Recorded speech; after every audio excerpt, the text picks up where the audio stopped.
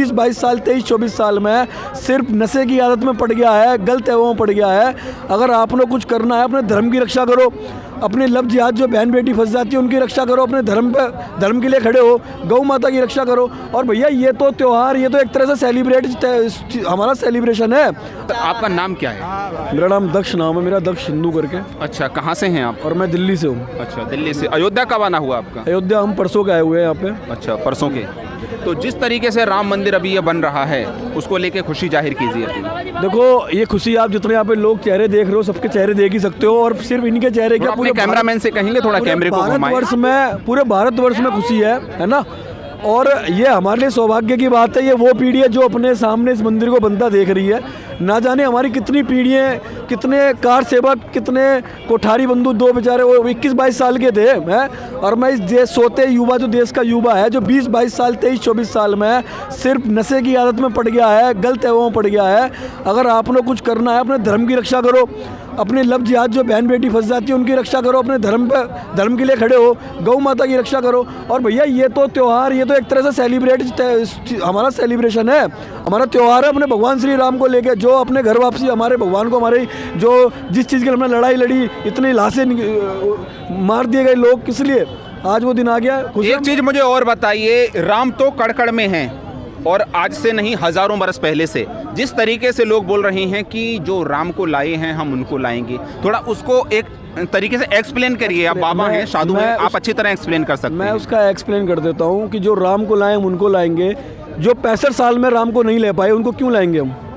जिन लोगों ने कार सेवकों में गोली चलवाई उनको क्यों लाएंगे हम उसको इसलिए लाएंगे कि जिन्होंने 15 साल में राम मंदिर हमारा बनवा के हमें दे दिया, जो इतनी बड़ी सौगात देश को दे दी, तो हम लाएंगे उन्हें।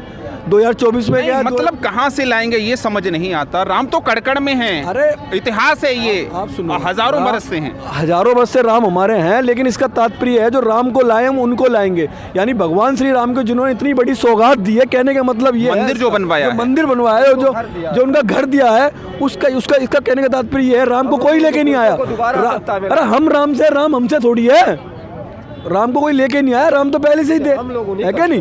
पर इसके कहने का मतलब यही है कि जिन्होंने हमारे इतनी बड़ी सौगात दी है, इसमें सभी का सहयोग रहा है, कार सेवकों का, कोठारी बंधुओं का। और अगर बीजेपी आज इस चीज़ का क्रेडिट लेती है, भारतीय जनता पार्टी, तो हमें उस चीज़ से कोई भी संकोच नहीं करना चाहिए, क्योंकि उसने अपने कार्यकाल में हमें ये मंदिर बना के दिया, हमें स्वागत करना चाहिए उनका। भारतीय जनता पार्टी ने ऐसा मानते हैं कि राम मंदिर की लड़ाई आगे आके लड़ी है जी? क्या भारतीय जनता पार्टी ने बिल्कुल लड़ी है, उसने हमेशा खुल के कट्टरवाद की धारणा हमेशा लड़ी है कि हमेशा राम मंदिर भारतीय जनता पार्टी के मैनिफेस्टो में शामिल रहा है। आप मुझे ये बताओ, आज जिनके दर्द उठ रहे हैं कि हमें तो नियंत्रण नहीं भेजा, हमें बुलावा नहीं भेजा, अरे उनको क्या करना, उन्हें बुलावा भेज के जिन्होंने कार सेवकों पे गोली चलवाई, जिन्होंने निर्दलीय इतने तरीके से जो उन्हें उनकी हत्या कर दी, उन्हें क्या करेंगे हम बुला के? हैं हमेशा उन्होंने हिंदुओं के खिलाफ जहर उगला है, उनको यहाँ पे उनकी जरूरत ही नहीं हमें यहाँ पे आने की। तो हिंदू तो वो लोग भी हैं, वो हिंदू नहीं है, वो दोगले हिंदू है, क्योंकि बाबर चला गया लेकिन कुछ अपनी औलादे नाजायज औलादे छोड़ गए, ये वही है।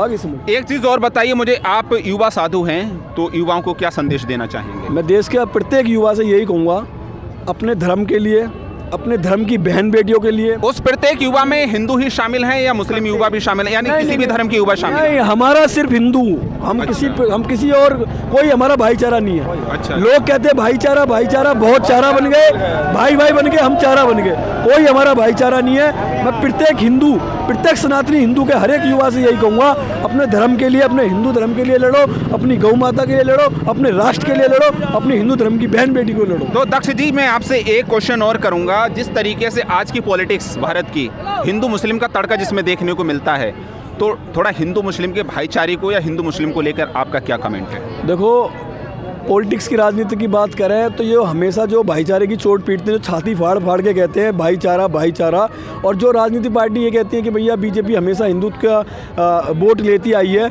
अरे भाई, जो हमारे धर्म की लड़ाई में हमारे साथ खड़ा होगा, जो हमारी मंदिरों की भावना, जो हमारी आस्था भावनाओं में खड़ा होगा, हम उसके साथ खड़े होंगे, है नहीं? और राजनीतिक जो पार्टियाँ ना भैया, उन्हें सिर्फ 20% जो आज 19-20% है ना, उनकी सेवा चाहिए, हिंदुओं की सेवा नहीं चाहिए। और हिंदू जागरूक हो जाओ, समय आ गया है कि जो आपके साथ खड़ा है आप उसके साथ अवश्य खड़े हों, और जो विरोधियों के साथ खड़ा है, जो जिहादियों के साथ खड़ा है। जिहादी किसको मानते हैं आप, ये बताइए? हम तो खुल के उनको जिहादी उनको कहते हैं, जो हमारे जो हमारी शोभा यात्रा पथराव करते हैं, जो राम मंदिरों को लेके जो जिहादी शब्द जो है आजकल बहुत सुनने को मिलता है, एक तरीके से जिहादी मुसलमानों को जो है मुसलमानों को इंगित करता है या उसमें कुछ शरारती तत्व आते हैं?